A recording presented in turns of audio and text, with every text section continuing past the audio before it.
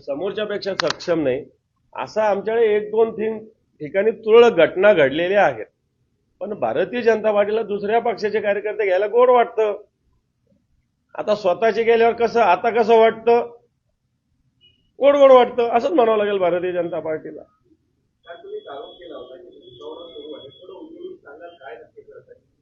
उलगडून सांगण्यात मला कोणत्याही अधिकाऱ्यांना अडचणीत आणायचं नाही, पण सुपर क्लास 1 एका अधिकाऱ्याने एका आमच्या उमेदवाराला फोन केला आणि तो अधिकारी कोणाच्या जवळचा आहे माझ्याकडे पूर्ण माहिती आहे.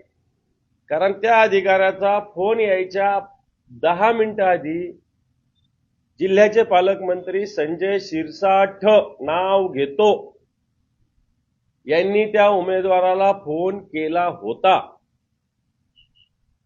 कोणाच्या फोनून केला होता, काय केला होता हेही आमच्याकडे व्यवस्थित आहे, जर त्यांनी नकार दिला तर.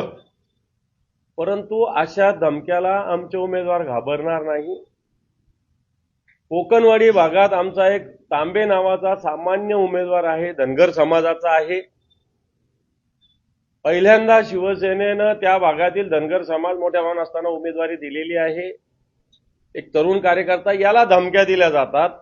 याला आधी प्रलोभन दिलं जातं की 25 लाख देतो, 15 लाख देतो, 10 लाख देतो, 20 लाख देतो. नंतर तो ऐकत नाही म्हणल्यावर तुमचे सगळ्यांचे अनधिकृत घर आहे ते पाडतो. अशा धमक्या यांचे बगलबच्चे देत आहेत.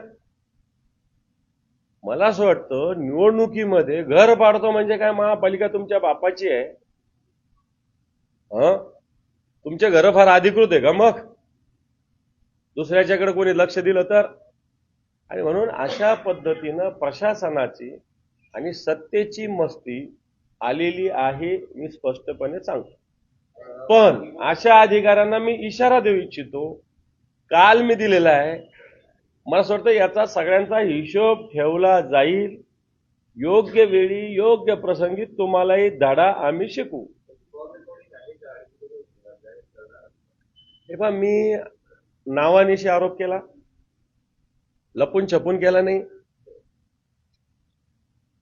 आणि माझ्याकडे काही डिटेल्स आहे म्हणूनच मी आरोप केला, नाही तर मी कसं काय आरोप केला असं मी म्हणलं असतं एका मंत्र्यांनी. मी सांगतोच ना नाव तुम्हाला.